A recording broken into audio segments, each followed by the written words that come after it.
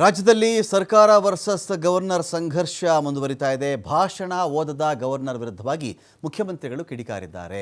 ಅವರು ನಿಮ್ಮ ಗವರ್ನರು ಅಲ್ಲ, ನಮ್ಮ ಗವರ್ನರು ಅಲ್ಲ, ರಾಜ್ಯಪಾಲರಿದ್ದಾರೆ. ಅವರು ಸಂವಿಧಾನಕ್ಕೆ ಸಂಬಂಧಪಟ್ಟಂತೆ ಅವರು ಮುಖ್ಯಸ್ಥರಿರ್ತಾರೆ. ಇಲ್ಲಿ ರಾಜ್ಯಪಾಲರು ಅಧಿವೇಶನದಿಂದ ಆ ಥರ ಯಾಕ್ರಿ ಹೋಗಬೇಕಾಗಿತ್ತು? ರಾಷ್ಟ್ರಗೀತೆ ಮುಗಿಯುವವರೆಗೂ ಇರಬೇಕಾಗಿತ್ತಲ್ವ ಅವರು? ಅದಕ್ಕಿಂತ ಮೊದಲು ಅವ್ರು ಯಾಕೆ ಹೋದರು? ಅವರು ಭಾಷಣವನ್ನು 1 ಸಾಲು ಓದ್ತಾರೋ, 2 ಸಾಲು ಓದ್ತಾರೋ, ಮೊದಲ ಪುಟದ 3 ಸಾಲು, ಕಡೆಯ ಪುಟದ 3 ಸಾಲು ಓದ್ತಾರೋ ಬೇರೆ ವಿಚಾರ. ಜೈ ಹಿಂದ್ ಆದಮೇಲೆ ಜೈ ಹಿಂದ್, ರಾಷ್ಟ್ರಗೀತೆ ಇದೆಲ್ಲ ಮುಗಿದ ಮೇಲೆ ಹೋಗ್ಬೇಕಲ್ವೇನ್ರಿ ಅವರು? ಅದಕ್ಕಿಂತ ಮುಂಚೆ ಯಾಕೆ ಹೋದರು?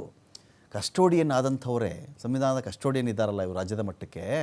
ನಾನು ಎಕ್ಸಿಕ್ಯೂಟಿವ್ ಇದ್ದೀನಪ್ಪ, ಇಲ್ಲಿ ಮುಖ್ಯಮಂತ್ರಿ ಸ್ಥಾನ ಎಕ್ಸಿಕ್ಯೂಟಿವ್ ಒಂದು ರಾಜ್ಯಕ್ಕೆ. ಮುಖ್ಯಸ್ಥರು ಯಾರು? ರಾಜ್ಯಪಾಲರೇ. ಯಾಕೆ ಆ ಥರ ಹೋಗಬೇಕಾಗಿತ್ತು ಅವರು? ನಾನು ಕೂಡ ಅವ್ರ ಹಿಂದೆನೇ ಹೋದೆ, ಅವ್ರು ಮಾಡಿದ ಸಂವಿಧಾನದ ಉಲ್ಲಂಘನೆ ಅಂತೇಳಿ ಮುಖ್ಯಮಂತ್ರಿಗಳು ಹೇಳಿದ್ದಾರೆ. ವಿಧಾನಸಭೆ ಕಲಾಪದಲ್ಲಿ ಸದ್ದು ಗದ್ದಲ ಆಯಿತು.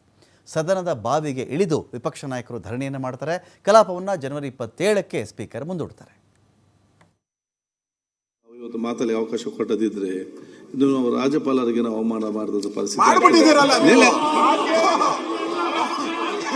ಅವರ ಮಾತಿಗೆ ನಿಲ್ಲಪ್ಪ ಏನಿದೆ ಎಲ್ಲ ನೀವಾಗೆ ಮಾಡ್ತೀರಾ? ನೀವಾಗೆ ಮಾಡುದ ಮತ್ತೆ ಅಂತ ಅವರ ಭಾಷಣದ ಉದಾಹರಣೆ ಒಂದರಲ್ಲಿ ನೀವು ಹೇಳ್ದು ಕೇಳಿ ನೋಡಿ, ನೀವು ನೋಡಿ, ನಾನು ಹೇಳ್ದು ಕೇಳಿ ಆಯ್ತು, ನಾನು ಹೇಳಿ ಸ್ವಲ್ಪ ಕೇಳಿ 1 ಸೆಕೆಂಡ್, ಗೊತ್ತಾಯ್ತಾ? ಇಲ್ಲ, ಗವರ್ನರ್ ಬೇರೆ, ನನ್ನ ಸರ್ಕಾರ ಅಂತ ಹೇಳಿ ಅವ್ರು ಹೇಳಲಿಕ್ಕೆ ಕರಪ್ಷನ್ ಮಂತ್ರಿಗಳು ಇರಬಾರ್ದು, ಇಂಥ ಕರಪ್ಷನ್ ಮಂತ್ರಿಗಳು ಇರಬಾರ್ದು. ಆಯ್ತು, 1 ಸೆಕೆಂಡ್ ಅಲ್ಲ, 1 ಸೆಕೆಂಡ್ ಅವ್ರು ಸ್ಟಾರ್ಟ್ ಮಾಡಿದ್ದಾರೆ. ಈಗ ನಾವು ಕೂಡ ನಿಮ್ಗೆ ಏನು ಅವ್ರು ಕೂಡ ಚರ್ಚೆಗಳಿದ್ದಾರೆ, ನೀವು ಕೂಡ ಚರ್ಚೆಗೆ ಮಾಹಿತಿ ನೀಡಿದ್ದೀರಿ. ಹೌದು, ಅದಕ್ಕೆ ಅವಕಾಶ ಅಲ್ಲಿ ಅಲ್ಲಿ ಮಾತಾಡಲಿ, ಚರ್ಚೆ ಅಲ್ಲ, ಅಲ್ಲಿ ಚರ್ಚೆ ಆಗುತ್ತೆ. ನೀವೀಗ ನಿಮ್ಮ ಆಸ್ಥಾನದಕ್ಕೆ ಹೋಗಿ ಪುನಃ ಮಾತಾಡಿ, ರಾಜೀನಾಮೆ ಕೊಡೋವರೆಗೂ ನಾವು ಹೋಗಲ್ಲ. ಮಾತಾಡಿ. ರಾಜ್ಯಪಾಲರ ಭಾಷಣದ ಮೇಲೆ ವಂದನಾ ಮಂಡನೆಗೆ ಚರ್ಚೆ ಮಾಡಲಿಕ್ಕೆ ಅವಕಾಶ ಮಾಡಿಕೊಟ್ಟಿದ್ದಕ್ಕೆ ತಮಗೆ ಧನ್ಯವಾದಗಳು. ಹಿಸ್ಟ್ರಿಯಲ್ಲಿ ಧರಣಿ ಕೂತ್ಕೊಂಡು ರಾಜೀನಾಮೆ ಪಡೆದದ್ದು ಇತಿಹಾಸದಲ್ಲಿ ಎಲ್ಲಿಯೂ ಕೂಡ ಇಲ್ಲ. ರಾಜ್ಯಪಾಲರ ನಡೆ ವಿರುದ್ಧವಾಗಿ ಎಚ್ ಕೆ ಪಾಟೀಲ್ ಅಸಮಾಧಾನ ವ್ಯಕ್ತಪಡಿಸಿದ್ದಾರೆ. ರಾಜ್ಯಪಾಲರು ಸಂವಿಧಾನದ 126 ಸಬ್ ಕ್ಲಾಸ್ 1 ಈ ನಿಯಮವನ್ನು ಉಲ್ಲಂಘನೆ ಮಾಡಿದ್ದಾರೆ. ಇದನ್ನು ಯಾರು ಮನ್ನಿಸುವುದಕ್ಕೆ ಸಾಧ್ಯವೇ ಇಲ್ಲ.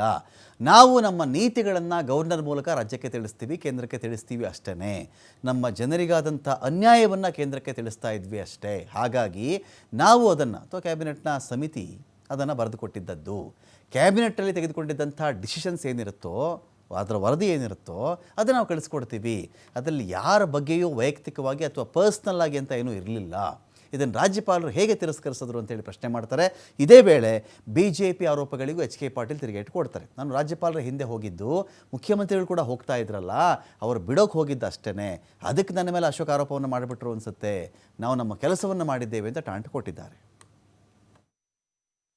176 ಪ್ರಕಾರ governor shall address, he shall come and go. ಅಲ್ರಿ ಭಾಳ ಬಂದು ತಿಳ್ಕೊಂಡ್ಬಿಟ್ಟಾರೆ.